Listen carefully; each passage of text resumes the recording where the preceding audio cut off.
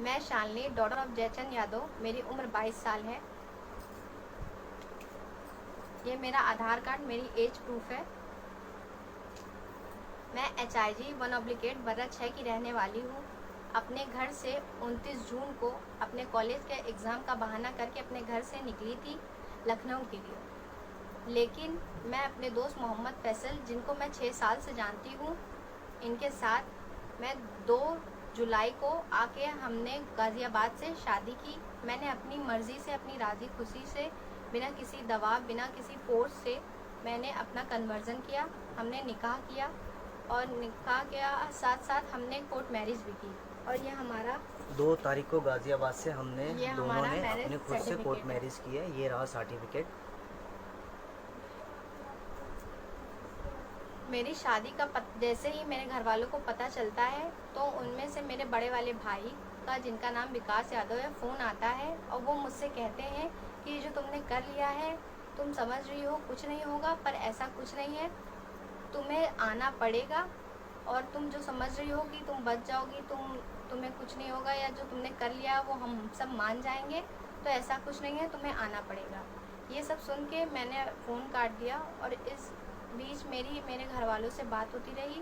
मेरी मम्मी, जिनका नाम शत्रुपा यादव है, उनसे बात हुई। मेरी भाभी, जिनका नाम नेहा यादव है, मेरे बड़े वाले भाई विकास यादव, और मेरे जो मुझसे जो बड़े एक हैं, उनका नाम अभिषेक यादव, उनसे मेरी बात होती रही। मेरे अभिषेक यादव के भाई के दोस्त से, जिनका नाम दीपक यादव है, वो मुझे समझाते रहे कि आ जाओ, हम किसी को कुछ नहीं बताएंगे, हम चुप्पे से तुम्हें गाड़ी में ले जाएंगे, कुछ नहीं होगा, तुम बस आ जाओ।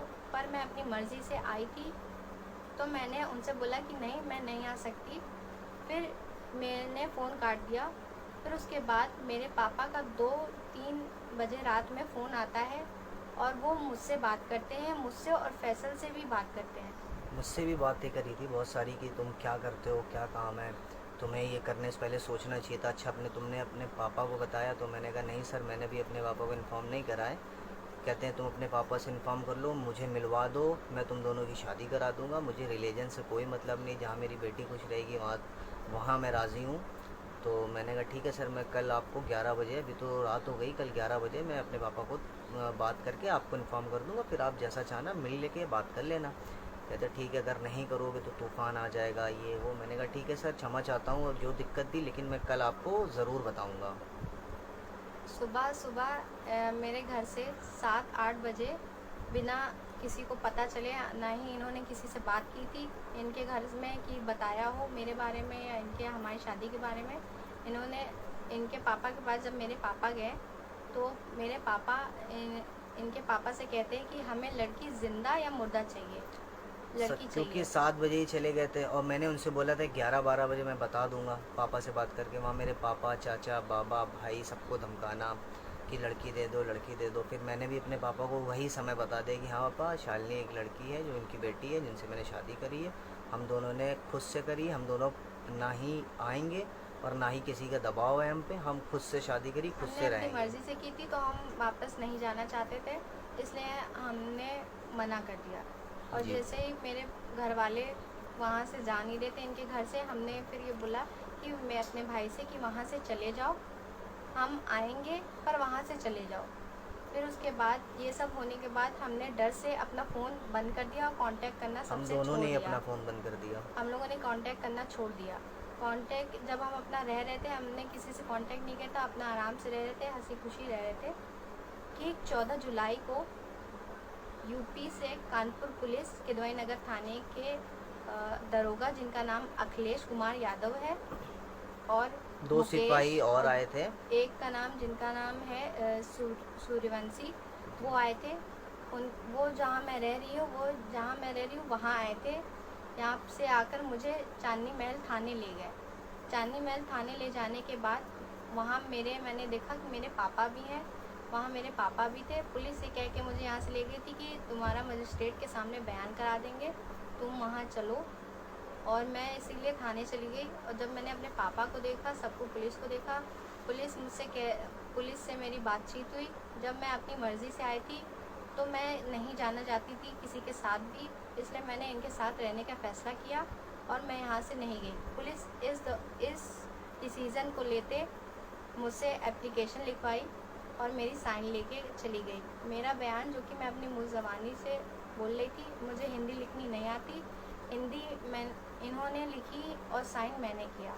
जिसमें ये लिखा था कि मैंने इतने तारीख 29 तारीख को अपने घर से निकल के 2 तारीख को शादी की है मोहम्मद फैसल के साथ, और अब मैं नहीं जाना चाहती, मैं यहाँ पे रह रही हूँ और मैंने किसी दबाव में नहीं गिरी, मैं बहुत खुश हूँ अपने पति के साथ, और अब मैं घर नहीं जाऊँगी, और ना ही अपने भाई के साथ, ना ही पापा के साथ। मैंने बयान में लिखवाया साइन कि मैं नहीं करके जाना चाहती, और वो पुलिस मेरी वीडियो बनाकर फिर सब अपना करके काम सारा एप्लीकेशन करके वो यहाँ से चले गए।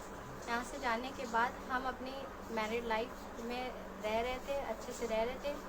फिर उसके बाद ठीक आज 8 अगस्त को 8 तारीख को हमें पता चलता है कि न्यूज़पेपर में मेरे पापा ने निकलवाया है कि फैसल मुझे तमंचे की नोक पर जबरन ज़बरदस्ती ले गए हैं और 10 लाख के गहने के साथ मुझे ले गए हैं और मुझसे ज़बरदस्ती शादी की है, और इनके पूरे परिवार, मम्मी पापा भाई, सबका नाम उस पेपर में लिखवाया है। 7 लोगों पे FIR दर्ज कराई है। FIR लिखाया, कहा, और उसमें ये लिखा हुआ है कि ये मुझे ज़बरदस्ती ले गया, मुझसे ज़बरदस्ती शादी कर रहे हैं, और जहाँ रह रहे हैं ये वहाँ मुझे मार देंगे, जबकि ऐसा कुछ भी नहीं है। हम लोग हमेशा राजी खुशी रहते हैं हम साथ इन्हें में। 6 साल से जानते हैं, 6 साल से हम इन्हें पहचानते हैं, और हम इनसे अपनी मर्ज़ी के मुताबिक हमने जो भी डिसीज़न लिया, हमने खुद से डिसीज़न लिया है, बिना किसी दबाव के, बिना किसी फोर्स से हमने कुछ भी नहीं किया है।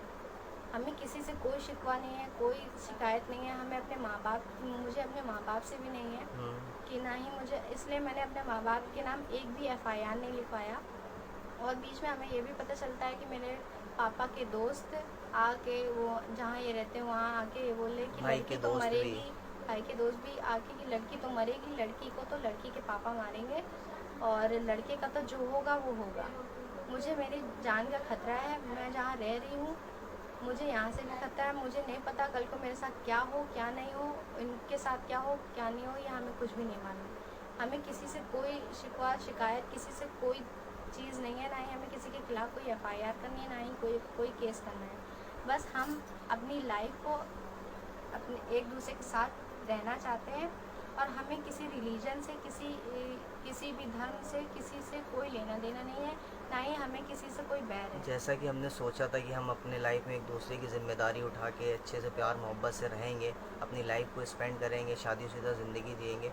सो अभी ये समाज और ये हमारे घर वाले और इनके जो फादर हैं जो इतना गुस्से में है, अब जो रिपोर्ट और ये FIR पेपर कर रहे हैं, ये सब प्लीज़ उनसे रिक्वेस्ट है हमारी, हम आपकी बेटी को खुश I रख रहे am हैं, happy with him, बस and कुछ भी ऐसा ना करें, हमको जीने I have दें। not taken decision in any burden।